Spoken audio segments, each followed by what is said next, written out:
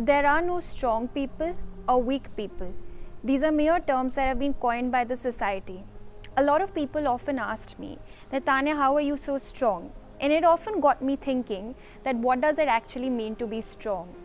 While a general perception about people who are strong is that they're fearless, they take responsibility, they come out of failures quickly, and they don't cry very often.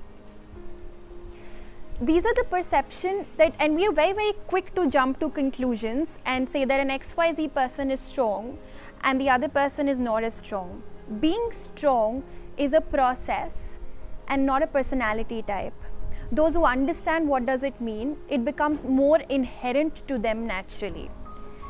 First and foremost, to be strong, you have to accept whatever has happened to you, be it a loss or a failure. When you accept what has happened to you and you're not constantly trying to change and understand that it is beyond your circle of influence, it'll help you heal faster from it. There are people who are constantly trying to change things, or they're trying to constantly battle and dwindle with it. They often end up being more disheartened and disillusioned by what's happened. If you can accept what's happened to you, you'll move on a lot faster, learn from your mistakes and heal more quickly.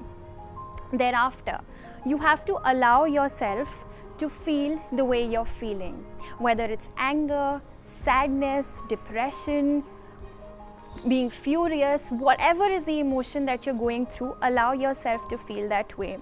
There are days when I'm actually not feeling very great and I completely wrap myself up in self-pity and allow myself to feel very natural. If you can feel natural and allow your emotions to persist and don't try and resist them, it'll actually help you.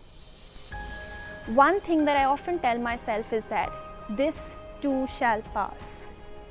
Our life is like earth, which is constantly in motion, and because we are constantly in motion, we go through different seasons. Some are sweet like spring, some are hollow like autumn.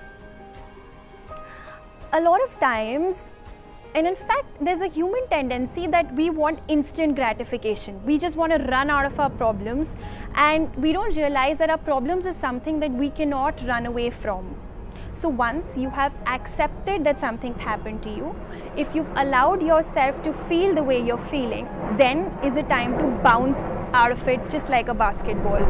I know it's easier said than done, and to be able to do that, how do we do that? How can you and I bounce out of it? You need to be able to build self-efficacy.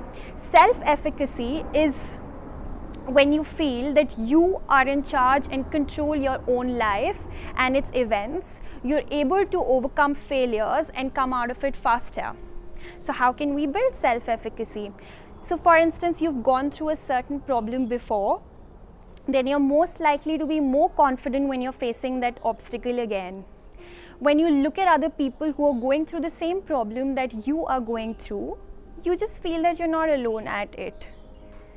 There are times when people who you trust tell you that you will be able to get over it, and there's this kind of a reassuring feeling that you get when other people who you trust tell you about it.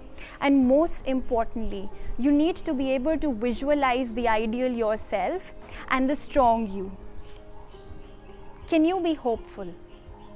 Hope is the single most important thing that keeps humanity alive. Can you be hopeful that your life is going to be great?